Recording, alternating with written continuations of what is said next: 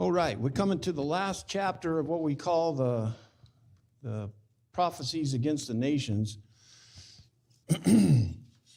So if you want to open up to Isaiah chapter 23, we're going to have a little bit of a history portion of this and trying to tie in to geographics and some of the historical things that we see happen to the next nation and prophecy that God is going to bring against them. And so the last one's going to be Tyre. Last week we looked at the prophecies and the oracle or the burden against Jerusalem in calling for them to weep, but yet they're going to turn around. Instead, they're going to be joyful, they're going to be happy, and the idea that they're oblivious to the judgment that's coming. And when it does happen, they're not going to identify that it came from God. You know, a lot of times that's what, we tend to ignore, that we look at things that are happening around in the world and we forget that God is behind, honestly, everything. And if you don't, if we look around at some of the historical tragedies that have occurred, when we know that God could have intervened and he didn't. And so it's, you have to know and believe that as we look in the Old Testament prophecies, that these nations that God prophesied against, and then historically we can look into records and read where they happened. And so God is still alive, he's still well, he's still active, he has not changed, and so these continue to happen.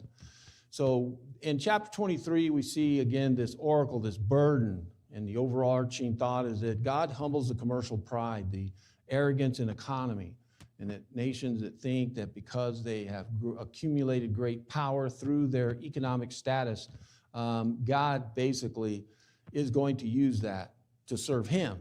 They may think that it's their wealth, their pride, their joy, their accomplishments. It's not.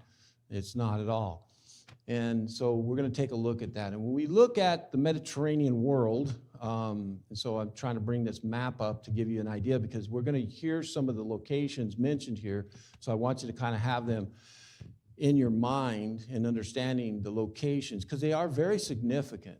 And a lot of them I didn't go over as much in depth, but some of them are important. And this one is because it really does reflect the judgment that God is going to bring against them. And as you look at this map here, you see everything there in the green there is the Assyrian Empire. Now, this map doesn't necessarily line up with the time of when they occupied this location because we are looking at the nation of Syria that is in the power play at the time when Isaiah starts his prophesying. And so some of these prophecies are much earlier than kind of what this map reflects. But this is kind of the cleanest map, if you got your glasses on and look. I've got another one we're going to zoom in that gives us an idea of some of the locations. And so if you look on the map there, you can see Tarshish. I have that way over there. We really don't know where it is. Archaeologists haven't really located a place. But when we read the prophecies, we can tell, and we'll read it tonight, we'll see where you can definitely get the idea that it's in a far location. It's way away. It's not close.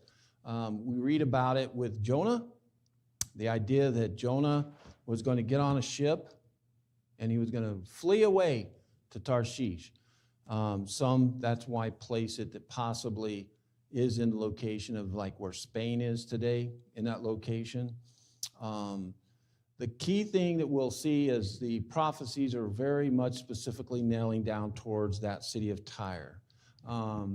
In that location, in that region there. Tyre and Sidon are the two cities that he's talking about.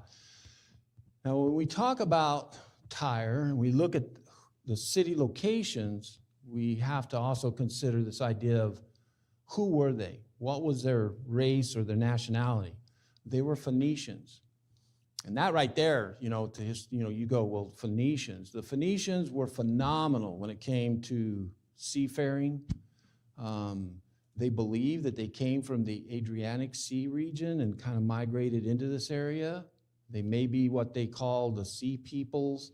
There's some other things, but they were extremely well known for their ships and their sailing capabilities and such, their navy and their trade. And so Sidon and Tyre are linked together with the Phoenicians. And then when we come back to even this previous map here, if we look at the little purple, little segments, even as far as where I have Tarshish, these are colonies of the Phoenicians all around the Mediterranean.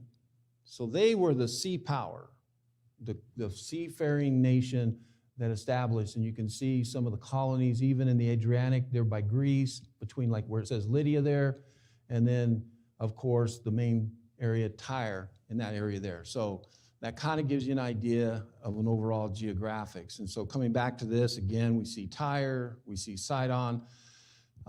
Cyprus is important. They also had a little section where they had a colony located there, the Phoenicians, and you're going to hear Cyprus. They're going to hear Cyprus because it's going to talk about them. And so when you hear him talking about Cyprus, this is the location that it's referencing to here as well. Samaria, and you notice in the big black bold, Israel, Samaria is the capital of the 10 northern tribes of Israel. And then down south, Jerusalem, the city of the bold letters below say Judah. So that kind of gives you an idea of the northern tribes, but the city, Samaria. So when you hear Samaria, talking about Israel, those northern kingdom. And then also then we see Damascus. Damascus was the capital of Syria. And so Syria and Samaria had joined together, and they were trying to built an alliance to then harass the southern kingdom of Judah. And that's some of the things overall we've seen being spoken about during these oracles, is these relationships and such. If you look up, there's Nineveh below the name Assyria. And then down south is Babylon. Also, those people were the Chaldeans. So sometimes you will hear the Chaldeans. He's going to bring the Chaldeans, and that basically the Babylonians, the Chaldeans. So in the timeline, as the prophecies of Isaiah start out, it's Syria, and the Chaldeans way down there in Babylon, they're not in any power at all. But as we expand through these oracles, we see the nations and the powers shifting and changing, and God bringing judgments against them. So Syria rises up with Israel, and then they try to make a power play, and then we see God talking about this other nation, the Assyrians, who rise up and conquer everybody. And it's kind of interesting as you listen, you're going to hear about Babylon, and it's kind of fascinating when you dig into the history of Assyria, that Assyria kind of created Babylon. In the way that they conquered and ruled this whole area here, they set up these massive castles and fortresses and stuff, and there was some power plays going on. And if you see Asher, they're just below the emboldened Syria there. Asher became kind of a secondary ruling point, and one of the brothers of one of the kings of Assyria was ruling down there, and he got a little feisty, and there's some like rebellions that occurred, and he ends up building up Babylon and sets them up. So you almost see this like setting up the stage, Assyria, in the internal conflicts that they have, setting up for the rise of Babylon, who is going to eventually rise up and take over. And they're going to be the ones, of course, we know, that are going to come in and eventually remove Jerusalem and Judah into captivity. Now, way over there in the extreme left, we haven't even talked about, but there, way out on the horizon, is Persia. And Persia is going to be the final one that's going to come through and basically overthrow them all. So what do you see? As you've just been listening to me, you hear these nations rise up and they get thrown over by another one. Another one rise up and they get overthrown by another one. And this matches really with Daniel in Daniel chapter 4, where he talks about these four major kingdoms. And now Daniel prophesies when he's being held captive by Babylon. And so you can start to see where the prophecies Isaiah is covering is before Daniel comes. But even Daniel then reinforces the prophecies that have already happened and with the ones that are going to come into the future as well with future nations. And what I'm getting at is when we look at this little section of Isaiah that seems very boring and, oh, whoa, and here's another oracle. What do you see? Well, the overarching thing is God's rule and God's activities and actions against ungodly people and his judgments being used. And so how does God work? God doesn't come down in a person. He doesn't sit there and go out and conquer. You know what he uses? He uses other nations. And even those other nations may not be very godly. God uses them, and then when they become rebellious and defiant, God brings judgment on them. And so that's what I want you to get out of these chapters that we've been looking at and the importance of them when we as Christians today try to look around the world and we see all these things happening and these evil nations rising and different things happening. Just kind of look back and think about this little section in Isaiah and how God was behind it. And God was the one that was in control. So when you get all worried and wrapped up about, whoa, here comes this evil nation and this one's going to happen and that's going to happen, don't worry about it. Don't get all stressed out. Because the other thing we see is that God was sending a message to his people through all of these judgments that were possibly living in these areas. I'm with you. I'm going to take care of you. And so that's one of the other assurances. So, when people fire up and get all twisted around about, all the threats and is China going to invade Taiwan? Is the Palestinians going to do this? Is Israel, is Iran going to then nuke this and they're going to nuke that? Are they going to, you know what? God's will is going to be happening. That's honestly. And if that's God's will, then it's just. It's good. It's okay. So relax. Put your faith back with God. He isn't put the world on cruise control and sitting waiting until the next stop, which is resurrection and judgment. He's in charge, and that's what we're learning throughout all of this. Coming back to this map, we kind of see the pathway, the way that they swept out and came out. And they really were, the Assyrians, a very wicked army. If there was such a thing as war crimes, they would have wrote the book on how bad to treat humanity. They were among the evilest when it comes to cruelty to the nations that they conquered. And they also were the ones that started this idea of crucifixion. They started actually literally shish kebabbing people from one end of the body out the other while they were alive. And so some of them were still alive while they would sit and put them on these poles. Alexander the Great, he also started doing that. The Romans, they put some science behind it, and the Romans became the masters of crucifixion. They knew how to drag it out. And so you go back to the root of some of these things and military strategies and things like this, you start to see a lot had to do with the way that the Assyrians started. So as we look at this chapter, the first 18, verses 1 through 18, we see Tyre and being this Phoenician port, this maritime empire. And it was a symbol of commercial power and pride, and they were extremely rich when we look at that. Another way as well, when we look at the geographics, the actual location, if we were to zoom right into there, as it existed, what you have is a coastline in the city of Tyre. And so you had coastal side, in other words, beach side on the coast, houses and residents around that area. But in the middle of this bay, you had a large island that was literally a rock. I mean, it was grounded. It was solid. And that's where the ports were. The main ports, like the large ships that would come into two ports. There was one on the north side of this island and one on the south side. And it was literally The south one was considered, they called it like the Egyptian port, and the northern one was like the Aegean port or the northern port. So these ships were coming in and out. Now, I don't know if you ever been to like LA or been to Houston and looked at the port of LA. Oh man. We went in a little bitty boat one time. It was my uncle's sailboat. And we were out there just putting along in the bay before we got out past the breaker. And these cargo ships were coming in. And I have never seen something so massive go by as we were going by and looking at these things.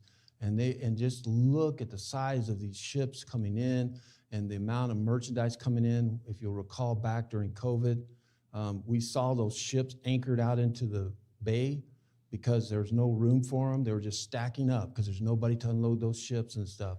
And how much it shut our nation down whenever the workers go on strike, our whole nation trembles. Our financial market quakes because if something happens to those ports, man, you're talking about a major economic impact. And now you imagine we have the Port of Houston, the Port of New York, we have one in Seattle and LA. And how many of those feed this nation of necessities and a lot of little extra goodies that you ordered on Amazon that you really didn't need? All these products coming in from around the world. That is basically Tyre. And it has a much larger impact. The ports I just named all service our nation, one nation. So when the Port of New York, maybe it might impact like Canada and some of Mexico to some degree, because some of those products may be coming through those ports that I don't know, maybe going out, but mostly those ports just impact us. So when our port shuts down, it hurts our nation. When the ports of Tyre shut down, it impacts the modern world, the entire world, because they were coming in there. Now remember the map I showed you, how that they had different colonies. And those colonies were ports as well, all the way, Tarshish is in Spain, all the way to the far reaches of the Mediterranean world. And all of them relied on it. Now, if one port goes down, what do you do with the merchandise that's coming in? Well, you have to shift it to another one. Well, if you're on the West Coast, if all those ports go down, where does it go if it's going to get here? It's going to have to go all the way down through Panama, come up to the port of Miami. I'm sorry, there's one in Miami as well. They have to redistribute, right? But it's possible those ships could be diverted. Not if Tyre goes down. If Tyre goes down, that's it. You're going to have to beach those ships and unload them somehow, and there's no infrastructure to try to take that merchandise and redirect it. Egypt depended upon it. All of the Roman area, all of the Mediterranean depended upon that port functioning. So you can imagine how powerful that they were. And so this developed this attitude of power and self-worth. Now, if we go back to King David, and if you'll recall, there was a King Hiram. Hiram was the king of Tyre. When David had a treaty with the king of Tyre. And in that, toward the end of his life, if you kind of vaguely remember, when he was wanting to build the temple, and God said, no, you're not, but your son will. But I'll let you get all the resources ready so that when your son comes, then you'll be able to have everything set up to execute that plan. His son, Solomon, will be able to do it. That was one of the most important treaties, was with the king of Tyre. And they were allies at that point. And the king said, whatever you want, we will provide it for you. We honor you. And they had this really great relationship in the beginning. That relationship changed drastically by the time that this comes out. And we're going to look, because there's other prophets as well that speak about Tyre. Amos 1, chapter 1, verse 8, when Amos so boldly, and now Amos went up north from the south and prophesied before the king of Assyria, of Israel.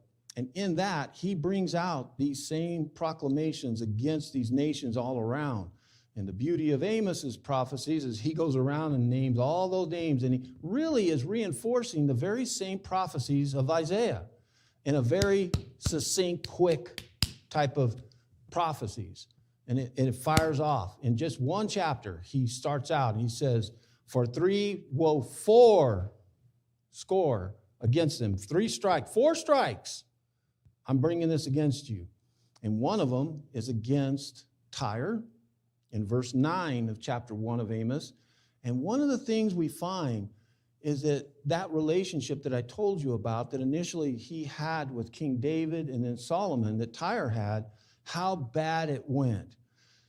It got so bad that at this time when Isaiah and Amos are prophesying against them, that Tyre, the Phoenicians, were actually capturing the Jews and the Hebrews that were on the borderlands area and taking them and selling them as slaves. And so there's a lot of things that we have to almost kind of grab with them, and we will.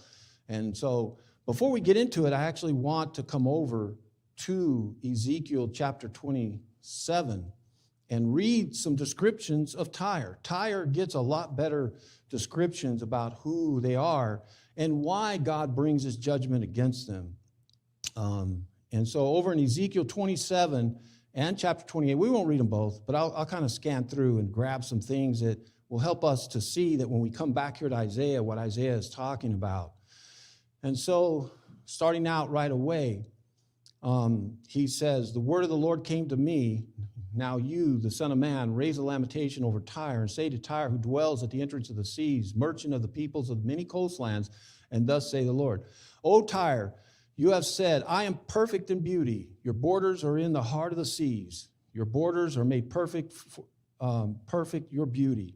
They made you all your planks and fir trees from Shinar. They took the cedar of Lebanon to make the mast for you, the oaks of Bashan. He goes on down and look at 7, for fine embroidery linen from Egypt was your sale. And he just goes through and describes this amazing wealth that they have as he drives through, and he continues to discuss them.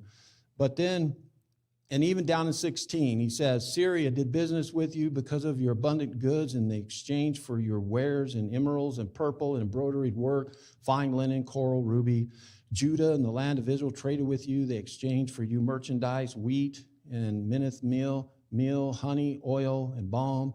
Damascus did business with you. And he goes through and just keeps describing all those business relationships and the wealth that they had. And that created with them this idea of this overwhelming power that they had. But then as he goes through, then he starts, jump to 28, and then the word of the Lord came to me, son of man, say to the prince of Tyre, thus says the Lord of God, because your heart is proud, and you have said, I am a God, I sit in the seat of gods, in the heart of the seas, yet you are but a man, and no God, though you make in your heart like the heart of a God. So when you say you make yourself a God, what is a God? Well, the definition of a God is something, somebody, some entity, some spirit that believes it is all sufficient, that it has everything, that it has power and control of its own destiny, that it has created itself and it can do whatever it wants. So you can understand now, if you have this king of Tyre who has all this wealth and power and control, if you think about it, over all the economic riches of all the nations around him. Nobody gets their Amazon goods unless it comes through Tyre. Right? That's kind of what it is, you know. What happened? I didn't get my Amazon goods. I didn't get my dress. I didn't get my lawnmower. I didn't get this. Well, the Tyre. And so Jeff Bezos, look how powerful that man is, right? Look how powerful he is. Who doesn't order stuff from Amazon?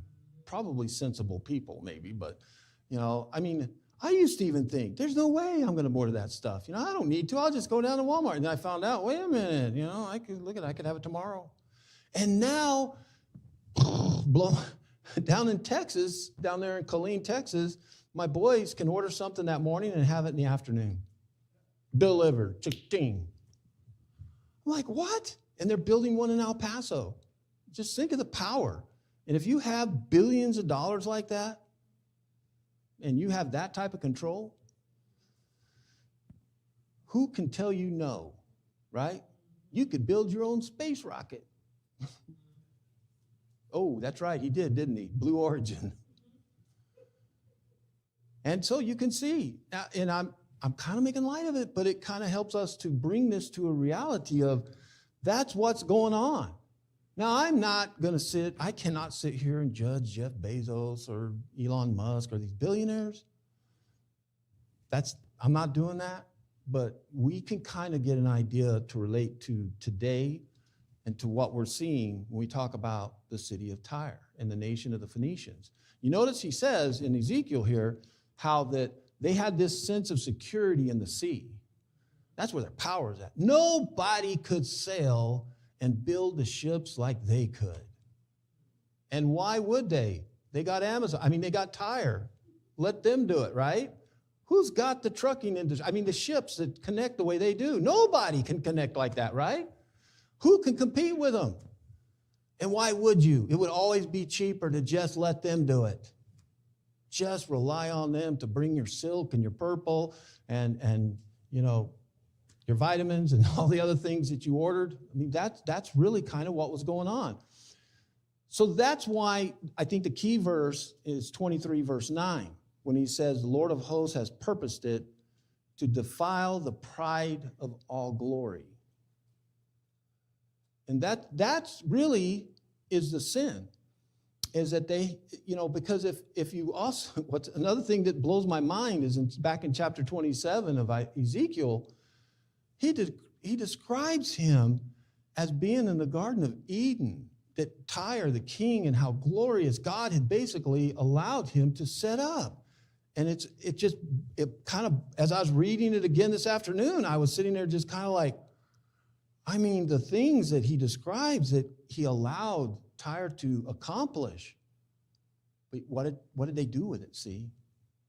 What did they do with it? They had gone from this really righteous relationship with David and helping him build the temple of God to then 100 years later capturing and selling off the children of Israel, to then believing that they were all powerful and they were untouchable. The other reason they believed that they were untouchable is the actual city itself. The main part in the commerce was in a bay area. That rock where the ports were was separated by a body of water from the main kind of land. Every army that had ever tried to go down and capture them could never conquer that island. They had built 100-foot walls around that area. And every army, and including, even you'll hear it as we read through here, where even though the punishment's going to come upon them, nobody in this prophecy ever totally annihilates Tyre. But he gives the illusion that it's going to happen. And when we go historically and pop open your history books and you read about what happened and when the Assyrians came, they were able to conquer them and control them, but they never really could overrun them. They still were able to continue to exist. And you're going to hear this 70 years. They were oppressed and kind of punished, but nobody could take them. So they held on, and I want you to listen to this when we're reading it. They hold on that even after they get punished by the Assyrians and the Babylonians, an arrogance. And even the Persians, the mighty King Cyrus, as much as he tries, nobody can bring him down. And they build this arrogance. You know how they finally fall? That little 25-year-old Greek named Alexander the Great. When he comes in and he conquers the Persians and he starts to head south down the coastline there, he comes to that little port. And he wasn't an unreasonable guy. Alexander the Great, you want to yield? We can work well together. Call me king, I'll call you submissive, and we'll move on. But if you won't, I'm going to destroy you. And you think the Assyrians could crucify people? I will make them look like amateurs.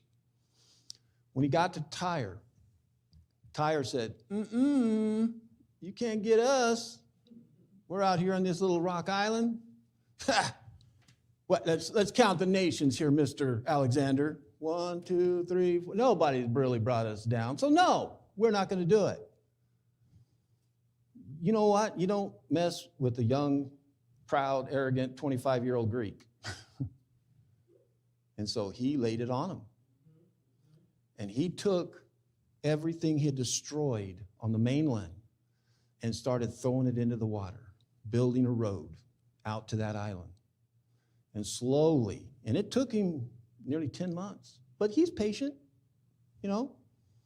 And they just sat out there. We can outwait them. They're not going to get to us. The closer he got, they started shooting arrows and and they did. And you know what? Alexander the Great, hey, just get us 50 more of them out here and keep throwing rocks in, you know. Well, we lost 50 today. They killed. That's okay. I don't care. Just keep them going, you know. They couldn't slow them down. And they kept on and kept on. And they got right up to the bridge of it. And then, see, the Greeks didn't have a navy of their own. And the Phoenicians felt like we got a monopoly on it. Well, the Greeks are pretty smart, and they were able to get themselves some boats, and they ended up doing a sneak attack at the same time, right when they were approaching the wall, and they ended up attacking and overthrowing the city out there. And it was a bloodbath. It was no quarter. I don't care how much they're crying and they're trying to submit, slaughter them. And they said it was a gory bloodbath. And he wasn't done there. Then Alexander the Great said, dismantle this city. And they took all the great walls and brought them down, destroyed them, threw them into the causeway, and made it a slick rock. And that's where the prophets later say that what was going to happen was it was going to be a place where only the fishermen would lay out their nets on, nothing else. And that nothing again would have commerce on that. And they didn't. Now what's interesting is if you look and zoom in on a satellite on it now today, you will see that causeway is solid land. But you can look at the geography of it and you can see where it used to be water all the way around it. And now it's kind of been filled in and there's modern buildings and stuff like this. But for nearly 800-900 years, it was a wasteland. So this is the type of ebb and flow that we see that is being expressed in chapter 23 here. So I wanted to give you that background because, like, again, once you're going to hear about Tarshish, you're going to hear about Tyre, you're going to hear about Sidon, which Sidon and Tyre are both Phoenician, but also then how that Cyprus, that little island there, they had a little colony port there as well. And what we're hearing is the way that he's expressing it is the devastating effect of what happens when everybody hears about it, when they hear about this destruction. Now, he's not prophesying here about the final total destruction, okay, that I just described with Alexander the Great. He's talking about the destruction that's going to come and the punishment that's going to come on them. And so you're going to hear, that's why I said about the 70, think about the 70 years. So let's go and jump in. The oracle considering Tyre. Wail, O ships of Tarshish, for Tyre is laid waste, without house or harbor. From the land of Cyprus, it is revealed to them. Be still, O inhabitants of coast. The merchants of Sidon, who cross the sea, have filled you. And on many waters, your revenue of the grain of Tyre, the harvest of the Nile. You were the merchant of the nations. Be ashamed, O Sidon, for the sea has spoken, the stronghold of the sea, saying, I have neither labored nor given birth. I have neither reared young neither men nor brought up young women. When the report comes to Egypt, they will be in anguish over the report about Tyre. Cross over to Tarshish. Wail, O inhabitants of the coast. Is this your exultant city whose origin is from the days of old, whose fleet carried her to settle her far away. One thing that when he talks about Sidon and saying, I have neither labored or given birth or have reared young men or women or brought up, that is a phrase referring to the idea that they didn't earn their position. In other words, it was something that was kind of given to them. It was something that came upon them. And so you can see this idea of this devastating effect it's going to have upon them. And the economic collapse, how it's going to reverberate throughout the Mediterranean and all the nations. And the way that the Hebrew is expressing that is this deep, emotional cry. I'm not getting my Amazon. I'm not, I know I'm kind of making a little bit light of it, but the world would tremble. There would not be a nation that would be unaffected. Every nation. There was another one that occurred when the collapse of the Bronze Age.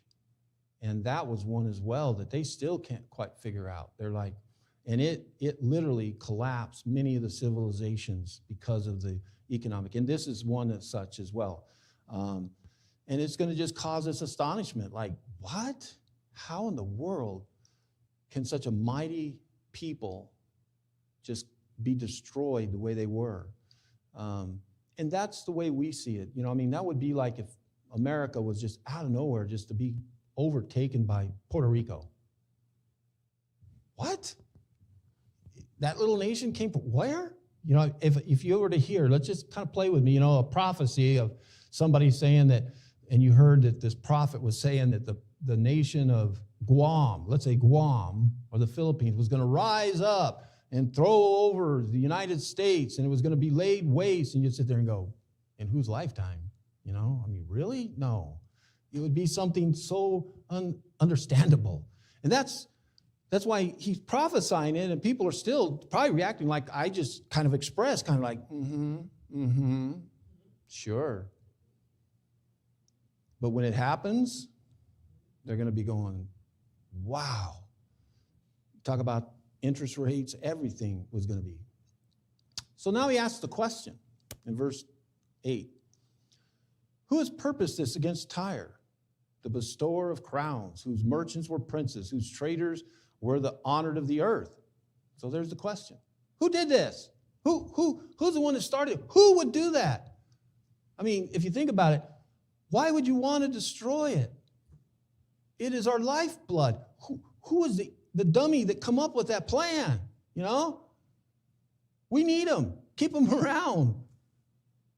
So that's God is asking that question. It's like that's what, and this is where he answers. The Lord of hosts has purposed it to defile the pompous pride of all glory, to dishonor all the honor of the earth.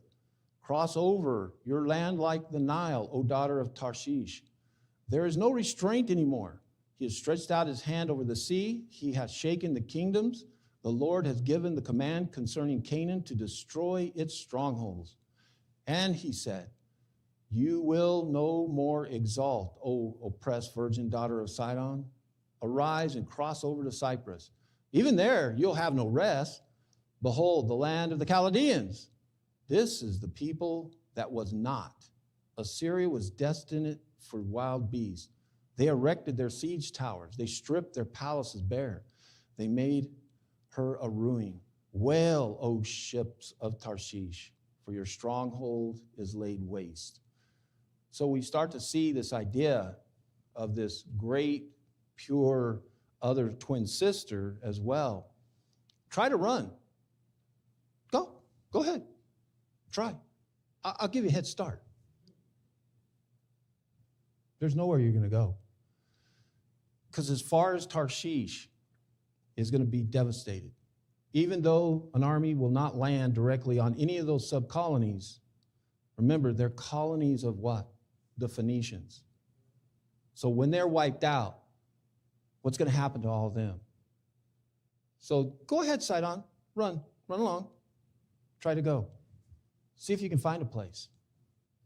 And what was his purpose? His purpose was because of their pride, their arrogance. And where did it come from? It all comes from this idea that they're God. They're self-sufficient. That they can do whatever they want. Some of the things that I actually heard that they were importing were monkeys, peacocks, all these wild animals from Africa even were coming through that port. Some of the most exotic things you can imagine. And so if you're the king and you're sitting there watching all these ships come in and you're going, and all the nations of the world are bowing down to me and paying me money to bring in these products. Of course, he's getting a cut. So the Lord has a purpose in it. And I love the idea, the way that in the Hebrew is this idea, he has devoted them to destruction. This is a sure prophecy, in other words. And it's to justice. It's the one thing, especially like when I mentioned about Amos 1, verse 9, and him saying, it wasn't for just one thing that they did wrong. It wasn't for the second time they did it. It wasn't for the third time. It was for the fourth. So when people talk about, Ron, you've been talking about this angry old God of the Old Testament. Oh, man, he's a God of war. No. Let's back up a minute and listen to what Amos said. It's not for one time, one transgression, one momentary lapse. It's a continuous, rebellious, constant wickedness that you just keep going. And no matter what I've tried to do to help correct you, you kept doing it. You kept doing it. And so now, that's it. I'm done. And because I'm a just God, I have to bring justice. And this is the form of justice that's going to come. And so these human defenses, everything that they have will never stand against the divine decree. That's a lesson for today. It hasn't changed. I don't care how powerful, how smart, how wise. Remember we talked about Egypt? How God was going to take the wisest of all them and take their wisdom and how smart they were and make them look like fools and actually babblers, just kind of mess them up. You cannot be wiser than God in that. So 15 and 18. And in that day, Tyre will be forgotten for 70 years, like the days of one king. At the end of 70 years, it will happen to Tyre as in the song of a prostitute. Take a harp, go about the city, O forgotten prostitute. Make sweet melody, sing many songs, that you may be remembered. At the end of 70 years, the Lord will visit Tyre, and she will return her wages and will prostitute herself to all the kingdoms of the world of the face of the earth. Her merchandises and her wages will be to the holy Lord. It will not be stored or hoarded, but her merchandise and will supply an abundant food and fine clothing for those who dwell with the Lord. Remember I said the idea that these nations come in and they just put a pounding on Tyre and fulfill that part of the prophecy. But there's this section where we see where after a period of time, there's going to be a slight reprieve, but they're going to be like a prostitute. They're going to come back to the same old ways. What do? They return back to the same thing, selling themselves out and going back to the same thing. And yet, even in that, it's almost like they still didn't get the message, but yet God is now going to redirect and use them for purpose of taking care of his own people. And so this is another kind of back deep thought where we see throughout the Old Testament where God has taken evil nations and people's evil resources and taken care of his own people through them. And that happens today. Many times I've seen, where somebody, I don't know that they knew what they were doing, will sit there and do some of the greatest works for Christian causes. And you look at who they are and you're going, what? And somehow they're donating billions of dollars to certain great humanitarian needs. And God it's almost, I start looking at going, God's kind of redirecting that, isn't he? Helping to the Haitians whenever they had the devastating earthquakes and around the world. And I kind of get, I may be reaching, but I kind of see that's what he's talking about. And I mean, in that sense, I'm not, because that's what other scholars see this as well, and saying how that, this reinsurgent, them coming back, is just going to turn around, and then God's going to repurpose all of their money towards them. And so commerce without a covenant with God is really condemnation. You're going to, if you don't have that type of godly attitude and relationship, what's going to happen is you're going to turn yourself into like one of these mini gods. And the same way today, many people have a lot of pride in the markets and their retirements and all the riches and things. Just go back in our own American history and look at the Great Depression. Whenever the stock market collapsed, I just used to laugh because I would tell people, I go, my grandparents never knew there was a depression. They were too poor. They were barely eating anyway. But there are people in New York jumping out of windows, right? I remember my grandpa one time said he didn't know that there was such thing as a stock market.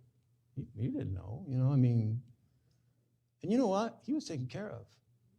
He was taken care of. They took care of themselves. So that's a lesson, isn't it, to us? So we start getting worried about the stock market. Who owns stock? Maybe in your retirement, but honestly. I hear it every morning. Oh, the stocks are up. Woohoo! And I go to the gas pump and I look at the price and I go, well, I don't see it yet. Because that's where I count, right? When you drive by Sam's Club and you look at it go like a yo-yo on the price. I don't care about that stuff. And as Christians, that should not be where we're looking, right? But I even sense it. People going, oh, interest rate going, this is going that way, this is going that way. Just relax. Don't forget God's in charge. This too will pass, but God will not. And that's one of the greatest things I see.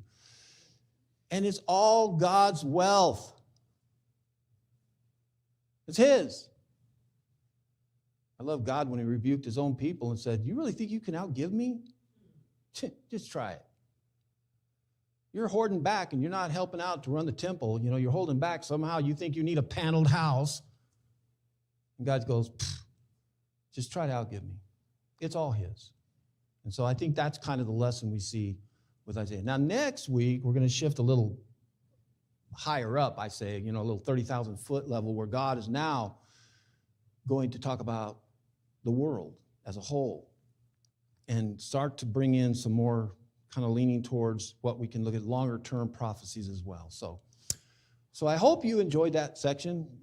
Isaiah, to me, is an exciting and overwhelming book, but there's a lot of just glorious, beautiful things in it. So if you're with us this evening and there's something we can do, as we always ask, to help you in your relationship with God, I hope that you would express it. We're going to be singing this invitation song. Think about the words, think about your life, and be honest with yourself and with our Heavenly Father. So if we can help you at all, let us know while we stand and sing.